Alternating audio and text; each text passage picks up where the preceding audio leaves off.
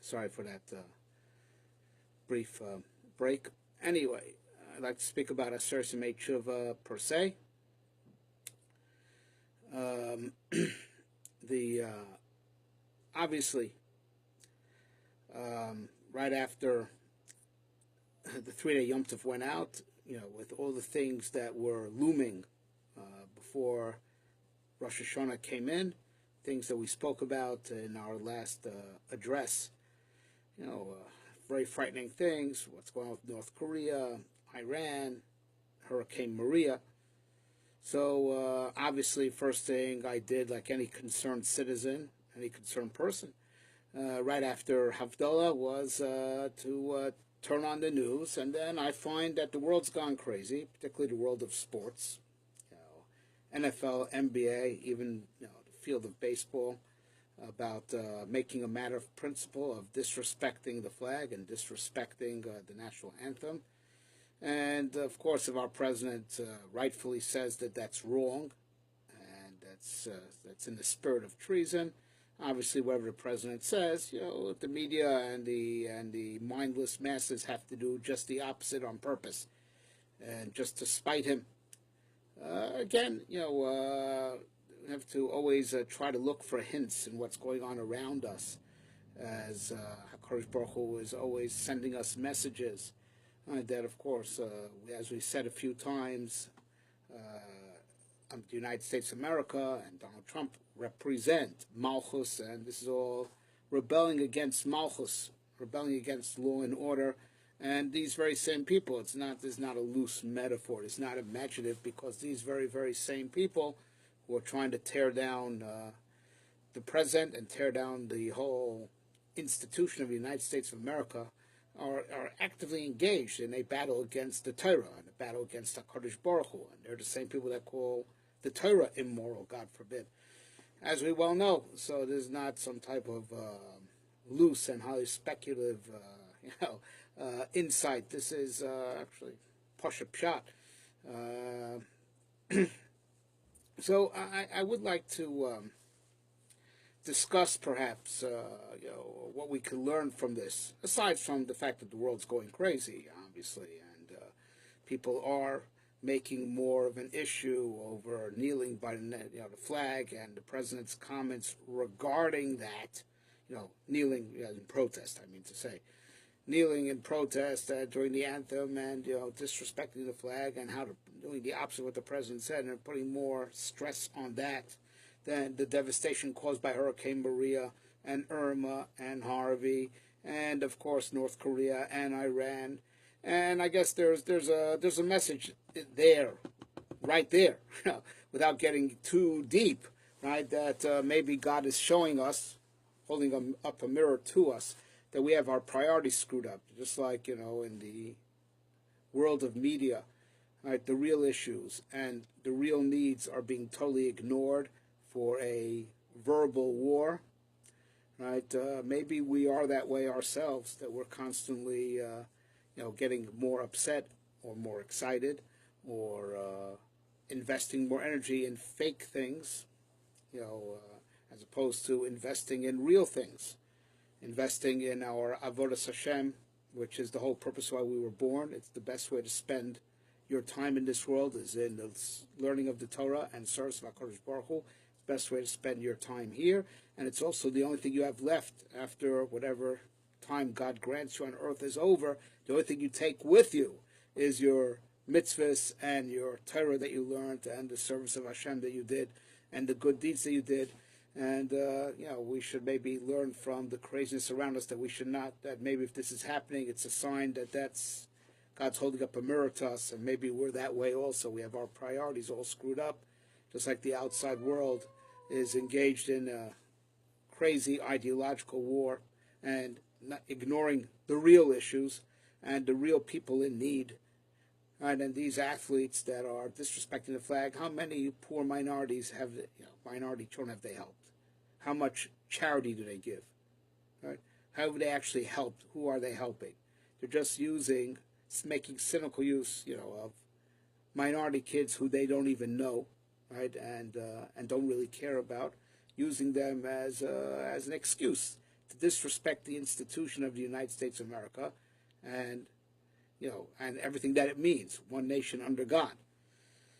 And they're not going out and actually helping anybody by doing that. And I don't think they're spending any of their hard-earned money. And it's hard to understand what discrimination they speak about if they were free to gain immense fame and fortune and just for paying ball. Okay, but maybe we are supposed to take a lesson, from them, that to not be like them and to always be focused on the real issues. And I'm going to come back to that later on a deeper level. And I want to first, break and discuss the Aseres Yemei Teshuva. Understanding the unbelievable opportunity that there is, and why it's very important during these days to have our priorities straight, and not to waste a minute of these very, very precious days. I mean, we know, even without getting overly philosophical, that unless we were tzaddikim gemurim, our whole year is riding on how we behave. Until Yom Kippur, the HaKadosh Baruch Hu gives the Beinonim, anyone who's not a total tzaddik, he gives them these extra days, as an opportunity to fix. And we're going to explain now in greater depth why it has to be. Everyone asks this question: why can't they just do a few extra mitzvahs? Why do I have to do dafka tshuva during these days? That's what Chazal say. That's how Rambam brings it. Tshuva, the Beinonim, anyone who wasn't a total tzaddik. People who are 50-50, not a total tzaddik, not a total Russia, which is probably the majority of humanity. We'd like to believe, anyway, right? If you do tshuva, then you'll be sealed for life. But if not, why about just doing one more mitzvah? If I was 50-50, just tip the scales. Right? So, why dafka tshuva? Right? So the part of the answer is that it's too late to do one more mitzvah because the account is closed. You had 5777 to be a good Jew, and if you didn't do 5777 right, you didn't do it right. So 5777 is over. Right, so there's no adding another mitzvah to that account. That account's closed. So it's only with tshuva that tshuva fixes things, retroactively. It's only with the power of tshuva that works like a time machine. And we're going to explain now that it's a lot more literal than you might think. It's very literal. All right, so only tshuva that works like a time machine can help you, because the account is closed. You can't just add more money to the account. That account's closed. The account of 5777, it ended on Rosh Hashanah. So now we're already in 5778. But here's the thing. Right, the same which is brought down in the Ramak, in the Shla, in the Goin, throughout the works of many, many Kabbalists. It's a common idea. It's not the idea of one particular thinker. This is a widely held idea in Jewish philosophy and Kabbalah, right, that makes the observation that we count time with two luminaries. We count by both the moon, that's how we count our months, but we also count by the sun, because we have a luni-solar calendar, and that's why we have to, every once in a while, add a month to keep things balanced, because the solar cycle is 10 days longer than the lunar cycle. And so, to compensate so every third year, we have Adar Sheni, a whole second Adar. And we're going to explain in a second that Adar Sheni is actually built out of 10 sets of Aseres Yemei Teshuva.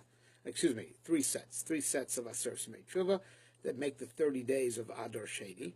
So because we have to compensate for the fact that the solar cycle is longer by 10 days. So every 3 years, we put an extra month of 30 days in the, to make the lunar cycle, extended. So Nisan remains Chodesh Aviv, remains the month of the spring, and Nisan shouldn't, be pulled back into the winter. So now, Rosh Hashanah was the first of Tishrei, which is a lunar date. It's Rosh Chodesh Tishrei was also Rosh Hashanah. Right? So, and that became next year on the lunar cycle, right? Because there was the new moon of Tishrei. But like we said, the solar cycle is an extra 10 days long, right? That means that on the solar cycle, it's still 5777. Right? For right now, we have a week left, a little bit less, until,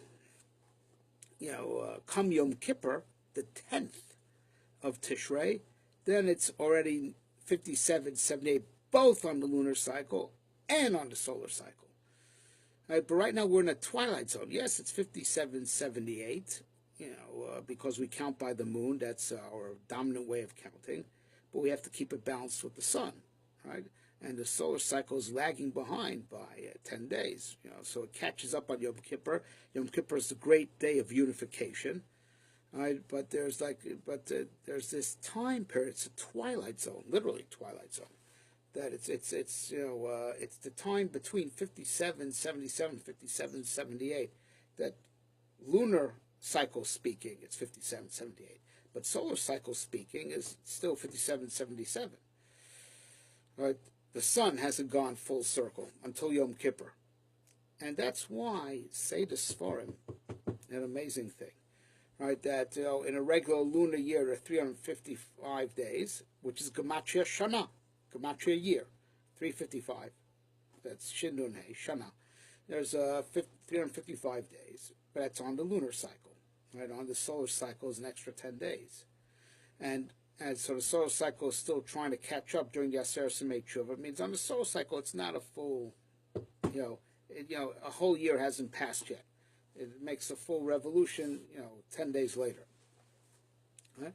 So now, so there's a twilight zone. That on the lunar cycle, it's already next year, but on the solar cycle, it's not next year yet. It's still last year. And the significance of these 10 days, say the Sfarim, is that you have an opportunity to relive last year and to do it right before last year is stored away, right, where under the Kisei HaKavod, that's what we say, Ein Shechel Lefnei Kisei Kvodecha, it's stored away under the divine throne, and all time comes back in the future. This will take a long time to explain. I'll just drop the idea, and anyone could, ask me to explain further if need be. But, in the next world, it's not like it just schleps on and on for all eternity. The next world, says the Ramchal, the Adbarim, is all time together. Past, present, and future will be all there at the same time.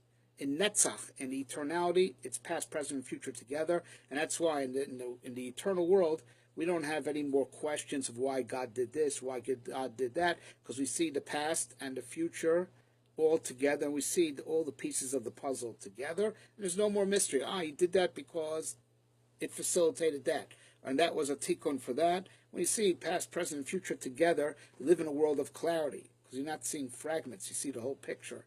It's part of the beauty of the world of the future. So all time, that past gets stored away to be reunited with us in the future. But you get a chance to relive last year before it gets permanently stored away.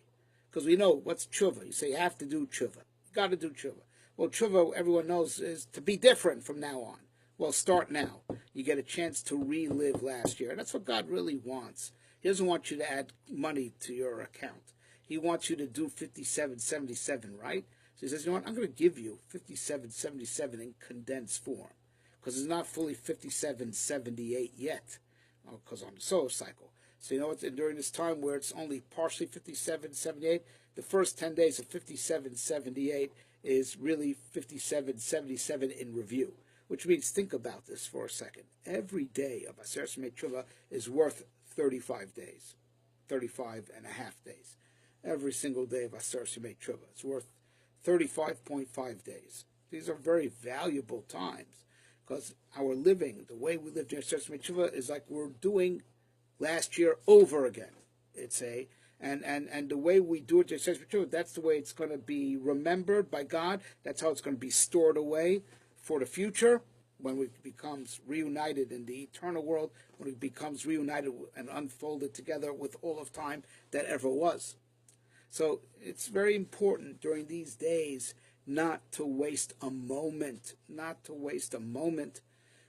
because every moment of these days is really worth 35.5 times more than itself, because it's not just itself, it's also, last year in condensed form. But of course, it's also a tone setter for the year that's going to be. And this fits back with our presentation that we last made, that during the first 10 days of the year is embryonic. The year is under formation.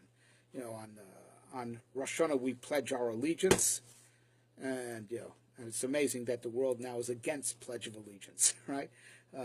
Just showing, and we spoke about this at great length. One cannot get away from the clear messages that Kosh was sending us. They always holds up world events as a mirror, right? That the world is against the flag, it's against the state, it's against authority, it's against law and order, the opposite of what Rosh Hashanah is about, right? That battle is coming to a real head. Right, and it's amazing, the self-righteousness of the Yetzer Hara. One cannot, get over that. What's so evil? I learned this from one of the commissioners of one, I don't know if it's NFL, the NBA, or baseball. One of the commissioners, a real jerk, said something ridiculous, which reminds you of how evil the Yetzer Hara is. The Yetzer Hara, how evil he is.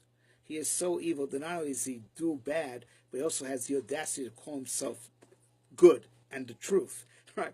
And he doesn't stop at getting you to do bad things, but he also tells you, he also masquerades as being the Yetzer Tov. That is the epitome of audacity, right? They get you to do evil, but identifies as if it's the right thing, right? So, one of the commissioners of one of the sports, which will lead to my call to boycott all professional sports. Sorry, during this time when, time could be wasted watching sports anyway, as we're about to explain. Right, but one of the commissioners said, the president is ripping up and dividing the nation. Dividing the nation. These people are disrespecting the symbol of unity of nation. They're disrespecting the very national fabric. And he's the one ripping up the nation. He's calling for them to respect authority, respect law and order, respect the nation. There's something wrong with it, fix it. Dealing during a game when you're making millions of dollars that you're not sharing with these poor kids that you supposedly care about. They don't even know. You don't know any of them personally, right? You're just making use of them, right? So you're disrespecting the national fabric, right? So the president who protests, disrespecting, the national symbol, he's the one who's ripping up the nation. When anyone's disrespecting the very natural fabric, the national fabric that holds us together, holds law and order together. All right, all right, but getting back to our point, right? During these days, right? It's these days are also last year in review, and also in addition to that, what people probably are more aware of is that it's also the formation of the year to come, right? Because the script for the year to come, for tzaddikim, absolute tzaddikim, and for absolute Rishonim, their script, their roles for the upcoming year were finalized on Rosh Hashanah itself. But for the rest of us, Rosh Hashanah yikasevun, ubiyom tzom kippur yechasemun. Right, we get a tentative script, but it could constantly be revised and revised and revised until Yom Kippur it's sealed. That means our whole year is still in the making. Just for the absolute tzaddikim and the absolute Rishonim, their years have been determined, right? But like we said, most we'd like to believe are in the middle. That it's still, a tentative text was given, but it's open to being rewritten, and it's only sealed on Yom Kippur. So we're making the upcoming year. So we have this amazing time. The Aseres to make Teshuva is last year in review, and also the formation of the whole upcoming year that's coming in. It's like the pregnancy of next year, 57, 78, right? Rosh Hashanah was the conception. The birth is at Yom Kippur. The birth, but still the year has to further grow up, right? And that happens Pesach time. That's when things start blossoming, right? It happens, in steps. But like, as it were, the planning, right, of the year is from Rosh Hashanah through Yom Kippur. So it's next year in formation, right, and it's last year in review. Unbelievable. So that means that so really I have to revise what I said before.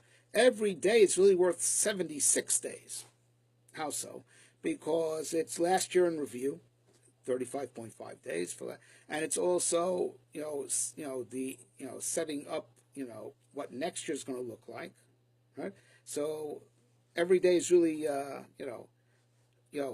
it takes its proportional part of last year, of how it's a condensed form of last year, and it's proportional part of how it's a condensed form of the upcoming year. So think about really every day is worth 76 days, right? Mitzad, last year in review, and setting the pace and setting the energies and the script and the program for the upcoming year. Right? So this is valuable time that can't be wasted. Can't be wasted. All right, so I want to come back to the main point that I learned, from all these events. Besides the fact that the world's gone crazy and the world has their priorities screwed up, right? And that's a reflection to us. Maybe we have to reevaluate whether we have our priorities straight. The fact that the evil has the audacity to call itself the good and the unifier, disrespecting the flag, disrespecting the national anthem, disrespecting the thing that holds us together as one nation, right? Calling that unity. Right, and now they're protesting, kneeling in the name of unity. Right, insane. All right, and the very fact that totally hypocritical, not just on that, but they also, most of all, they're not helping anybody. They claim that they're standing for injustice. What are they doing? They're doing nothing. They're not sharing any of their wealth with anybody. They're not actually going out and helping anybody. Right, it's just making cynical use of underprivileged people that they don't even know. Right, just to make trouble. Right, but lastly, right. Lastly, aside from that, sports is a waste of time, right? Sadly, it's what they call pastime, and I guess one of the favorite American pastimes, but they like to pass time, to waste time. Now, everyone needs a little bit of downtime, but I think everyone will admit, right, that it's gotten way out of hand.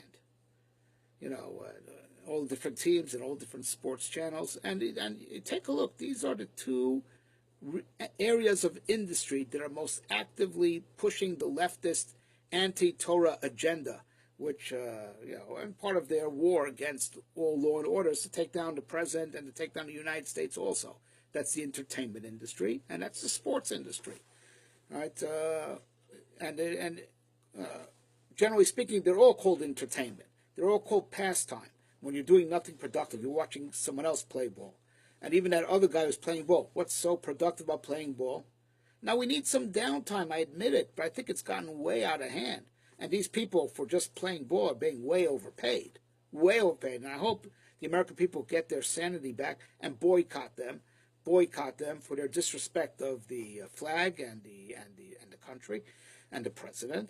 And then maybe when things get reevaluated, they get paid less. Maybe they should get real jobs where they actually produce something, instead of just kicking a ball around, right?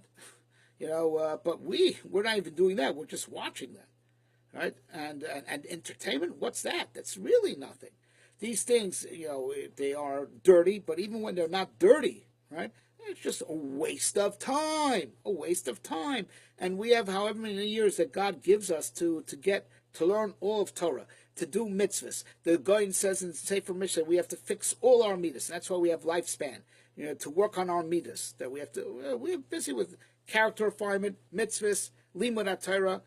So these things are pure evil. Even if they would be clean, they'd still be pure evil. They waste our time, and they distract us from what we're supposed to do. And I guess we're privileged that Kosh Baruch Hu has woken us up, that we could see the evil that there is in the entertainment industry and in the sports industry, see it for the evil that is. At least, that's the big chesed we've had from the Trump administration, that he called them out and he sparked them up and their true colors came out. That's the big chesed that we've had with the Trump administration, that the left has shown itself for the evil that they are. And now the entertainment industry shows itself for the evil that it is, and the sports industry shows it for the evil it is. And we should learn from that, and especially during these days, right, to not waste a minute, because these things are time wasters year round. So let's put the two together. We should boycott them, and we should boycott them anyway, because we can't waste any of the valuable time of the Aseres Meichur, that each day is worth 76 days, like I said, right? So we can't waste it anyway, let alone that they disrespect the president and they disrespect the Dina de Malchus Dina. So let's put the two together and totally boycott the NFL and the NBA and the baseball and whatever, all these people, totally boycott them and use this time to get our minds on straight and to get our priorities straight. Totally withdraw, and maybe if we get back to it after Yom Kippur, because everyone needs downtime, but we're having withdrawn from it totally, we can get back to it in a balanced way. We're really just giving us badly needed downtime without seeing any schmutz, of course, and of course taking it in moderation. And with this, we'll just end off. We can understand the Rambam, that Ram says, shofar's there to wake us up. Then the Ram says, and therefore, since shofars wake up, all year long, always view it that everything's exactly 50-50. Your next move determines your fate and the fate of the whole world. And then the Ram says, and therefore, during Aseres Yemei Teshuva, we're overzealous with mitzvahs. Why did he mention Avot? He went straight from shofar to year-round, right? And that I explained, in a shir that I gave in Queens last week that I posted, because the main thing about wake up is taking responsibility for your actions and realizing that any action that you do could determine your fate and the fate of the whole world. So that's the wake up call to show up. But why do you come back to the Aseres Yemei Teshuva? What the Ram tells you is like this. I want you to wake up and I want you to take responsibility for what you do year round. But the only way you're going to reform yourself that way is if you do Aseres Yemei Teshuva right. That Aseres Yemei Teshuva is, reforming the year and reforming your character from moving forward. It's also last year in review, right? So it's important because if you want to succeed in living a life of understanding that every next move could determine the fate of you and the whole world, living that sense of responsibility, you will only succeed in living that way year round to the extent of how good your Aseres Yemei Teshuva was. That's why he first tells you that's the goal, to live with responsibility. That's what the shofars wake you up for, live with responsibility year round. But you're only going to be matzliach in that to the extent that you had a good Aseres Yemei Teshuva, because that's what forms you, the new you, and the whole new year. To the extent that we have a good and productive, and we don't waste any Aseres Yemei Teshuva, we're going to have a great year, full of avodas Hashem, full of making the most of every moment, full of avoiding bittul zman, and full of taking responsibility, and hopefully we will save ourselves and save the world. Everyone should continue to have a easy fast and a Gemar Chasima Tova.